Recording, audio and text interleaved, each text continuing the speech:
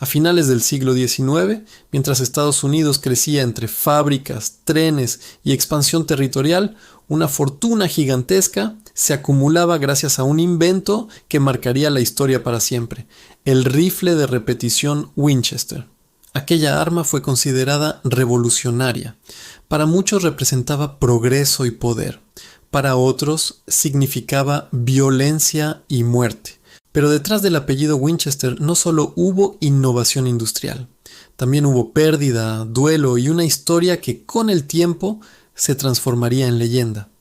Esta es la historia de Sarah Winchester y del misterio que rodeó su vida durante casi 4 décadas.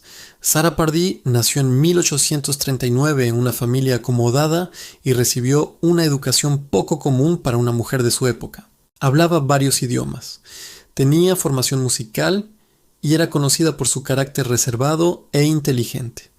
No era una mujer supersticiosa según los registros históricos. Tampoco era una figura pública llamativa. Su vida cambió al casarse con William Wirt Winchester, hijo de Oliver Winchester, fundador de la empresa de armas que llevaba su apellido. El matrimonio parecía sólido y estable. Tenían riqueza, prestigio y un futuro asegurado. Pero la tragedia llegó pronto. Su única hija murió pocas semanas después de nacer, debido a una enfermedad rara que le impidió desarrollarse con normalidad. Aquella pérdida marcó profundamente a Sarah. Años más tarde, en 1881, su esposo William murió de tuberculosis. En menos de una década, Sarah perdió a su hija y a su marido. De pronto se encontró sola, viuda, sin descendencia y con una fortuna inmensa que generaba ingresos diarios equivalentes hoy a millones de dólares. El dolor no desaparece con dinero. Y aquí es donde comienza el verdadero enigma.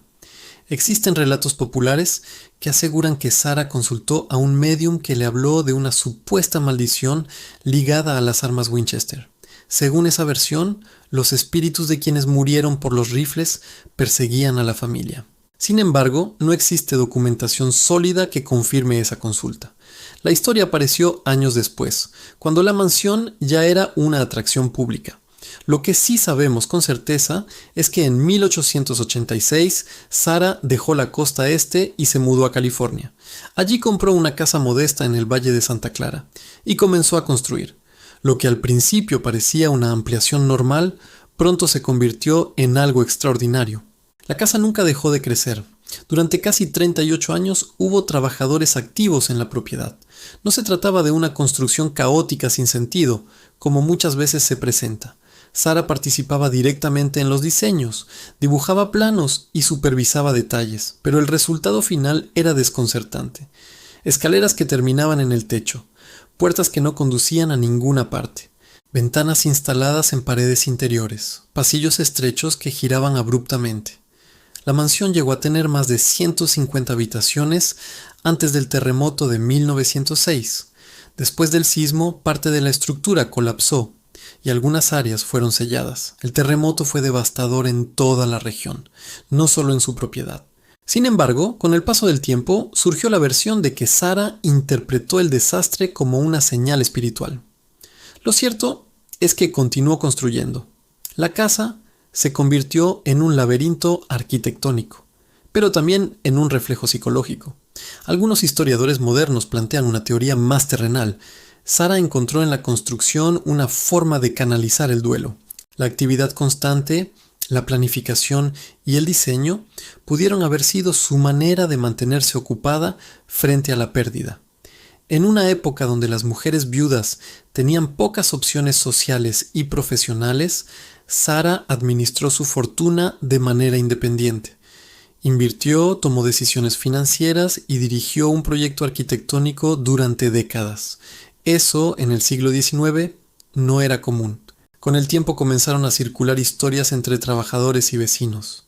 Se decía que Sarah dormía en habitaciones distintas cada noche, que tenía una sala especial para sesiones espirituales, que creía en el número 13 y lo repetía en elementos decorativos. Algunos detalles arquitectónicos efectivamente muestran repeticiones del número 13, pero en la arquitectura victoriana, Los números simbólicos eran habituales. No necesariamente indicaban superstición extrema. La línea entre mito y realidad empezó a difuminarse. Tras su muerte en 1922, la construcción se detuvo de inmediato. Los obreros abandonaron la casa y la propiedad fue subastada. Poco después abrió como atracción turística y fue entonces cuando la narrativa paranormal tomó fuerza. La idea de una viuda millonaria construyendo para escapar de fantasmas era más atractiva que la versión de una mujer gestionando su duelo. La casa fue promocionada como un lugar embrujado. Las visitas guiadas hablaban de espíritus, habitaciones selladas por miedo y rituales nocturnos. Con el paso del tiempo, la historia se transformó en una de las leyendas más conocidas de Estados Unidos. Pero cuando se revisan los documentos históricos, los registros financieros y las cartas personales, aparece una imagen diferente. No hay pruebas claras de prácticas ocultistas. No existen diarios confirmando visiones o mensajes sobrenaturales. Lo que sí existe es evidencia de una mujer con recursos ilimitados, creatividad y tiempo. Una mujer que vivió aislada tras un trauma profundo. En lugar de detenerse, construyó. Añadió habitaciones, diseñó vitrales, encargó carpintería detallada. Incorporó tecnologías modernas para su época, como sistemas de agua caliente y mecanismos internos innovadores. La casa no era improvisación, era experimentación. Puede que el verdadero misterio no sea paranormal, sino psicológico y social. ¿Por qué resultó tan fácil convertir su historia en una leyenda de fantasmas? Tal vez porque una mujer poderosa y excéntrica incomodaba a la sociedad de entonces. Tal vez porque el público siempre prefiere una historia sobrenatural a una explicación emocional. Hoy, más de un siglo después, la casa sigue en pie como un símbolo de interrogantes sin resolver. ¿Fue Sarah Winchester víctima de una maldición imaginaria? ¿O fue simplemente una mujer adelantada a su tiempo, atrapada en un duelo que decidió transformar en arquitectura? Lo que permanece es el edificio, con sus pasillos imposibles, sus escaleras sin destino, sus puertas selladas, un monumento al silencio, porque al final la historia no trata de fantasmas, trata de pérdida, de culpa colectiva asociada a una industria violenta, y de cómo el ser humano intenta encontrar sentido cuando todo lo demás se ha derrumbado. Quizá nunca sepamos exactamente qué pensaba Sarah mientras supervisaba cada nueva ampliación. Pero sí sabemos que durante casi 4 décadas convirtió su soledad en estructura y dejó una de las construcciones más enigmáticas del continente. Un lugar donde el mito y la historia siguen caminando juntos.